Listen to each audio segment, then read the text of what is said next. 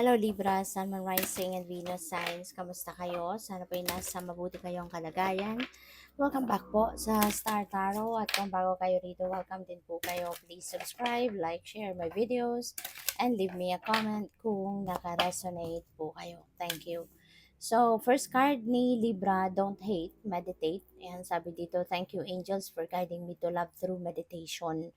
So, Libra, maaari na ang iba sa inyo dito. Baka magkakaroon kayo ng sitwasyon wherein may tendency na magalit kayo, 'di ba? May tendency na magkaroon kayo ng outburst. Kaya ang paalala sa inyo dito, no, instead na magalit ka, instead na mag-outburst ka, 'di ba? Kalmahin mo na lang sarili mo, step back from that at mag-meditate ka. Because meditation really helps us to calm down. No, talagang nakakalma nito yung sarili natin, nakakalma nito lahat ng cells ng katawan natin. Kaya may iwasan mo na magkaroon ka ng sitwasyon wherein pwedeng ikasama ng pakiramdam mo, pwedeng yun nga mag-outburst ka, magagalit ka, sasabog ka, parang gano'n. So para maiwasan yun, 'di ba? Sana maisipan mo na umatras ka na lang diyan at mag-meditate ka instead. Kasi yung meditation, it really grounds us. You know, it will ground you. Talagang makakalma ka, mas makakapag-isip ka ng mabuti, ng mas maayos, at mas magiging maganda yung iyong pakiramdam. We have manifesting miracles. Wow, napakaganda nito. Sabi dito, thank you Orion for manifesting your miracles in my world. Ayan. So, may mga miraculous events, miraculous moments na maaaring mag-unfold sa buhay mo sa ngayon sa tulong ni Archangel Orion. Okay? Kaya be ready for anything. Kasi po pwedeng ito na yun yung mga dasal mo. Po pwedeng ito na yung sagot sa mga tanong mo. Baka ito na yung sagot sa mga hinihingi mo, 'di ba? So what else? We have spirit animal.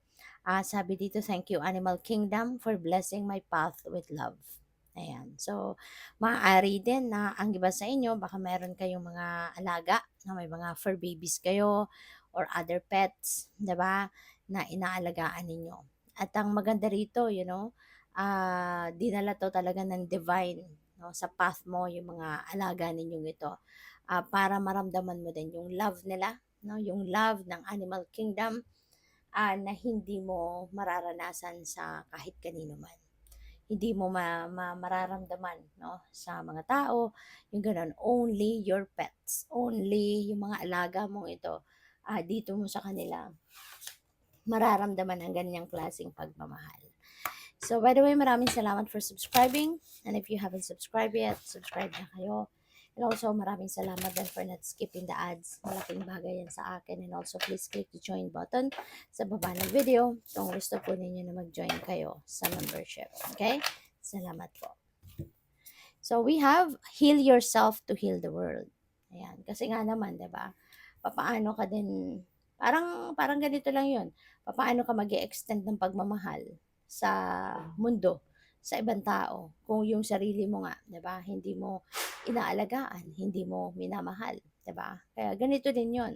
So in order for you to help other people, or in order for you to help the world to heal, dapat yung ikaw mismo, sa sarili mo mismo, dapat healed ka na din sa kung ano mang klaseng pinagdadaanan mo. Ano mang problema na pinagdadaanan mo. Okay? So we have to overcome, you first have to climb. Ayan. Kasi parang ano lang din ito, na-pick up ko dito, paano mo ma-overcome ang isang bagay kung hindi mo rin naman nararanasan, 'di ba? Kunyari, wala ka namang mga pagsubok sa buhay, 'di ba? Ano ang ano yung aanuhin mo? Ano yung overcome mo, 'di ba? Parang gano'n lang. Kaya um in order for you to overcome something, parang kailangan mo talaga siya na pagdaanan, 'di ba? Hindi mo magagawa ng paraan 'yan na malagpasan mo kung hindi mo nire-recognize, 'di ba? Kunyari, may problema, hindi mo naman yung mga dini-deny mo yung problemang 'yan, 'di ba? So ibig sabihin, hindi mo rin 'yan iisiping solusyonan Kasi dinideny mo nga, 'di ba? Hindi mo tinatanggap, hindi mo nire-recognize na 'yan ay problema mo, 'di ba? Kaya gano'n din ito, 'yun ang napi-pick up ko diyan. So we have endurance is the key to success. This is a beautiful reminder para sa iyo na isa sa mga dapat na gagawin mo, isa sa mga dapat na pagtutuunan mo ng pansin is to have that endurance. Kasi kung kunyari, meron kang goal, meron kang pangarap, mataas ang pangarap mo, 'di ba? Kung papaano mo naman ito matutupad, papaano mo 'to mararanasan, 'no, kung ano man ang outcome na 'yan na ine-expect mo, kung hindi ka nga makapag-take action towards that. Kasi kung naghihina ka, kung kung hindi maganda ang pakiramdam mo, 'di ba? Kaya importante yung well-being, importante yung good health na dapat natin i-maintain, importante na lagi tayong malakas, 'no, malusog, yung ganyan. Kasi isa 'yan sa mga main ingredient ng pagtatagumpay. Kasi hindi naman tayo magtatagumpay kung hindi rin tayo magte-take action, 'di ba? Wala namang gagawa ng ibang tao para sa atin, kundi tayo lang din. Kaya kailangan ano na i-maintain yung kalusugan, i-maintain yung good health, i-maintain yung lakas ng pangangatawan, 'di ba?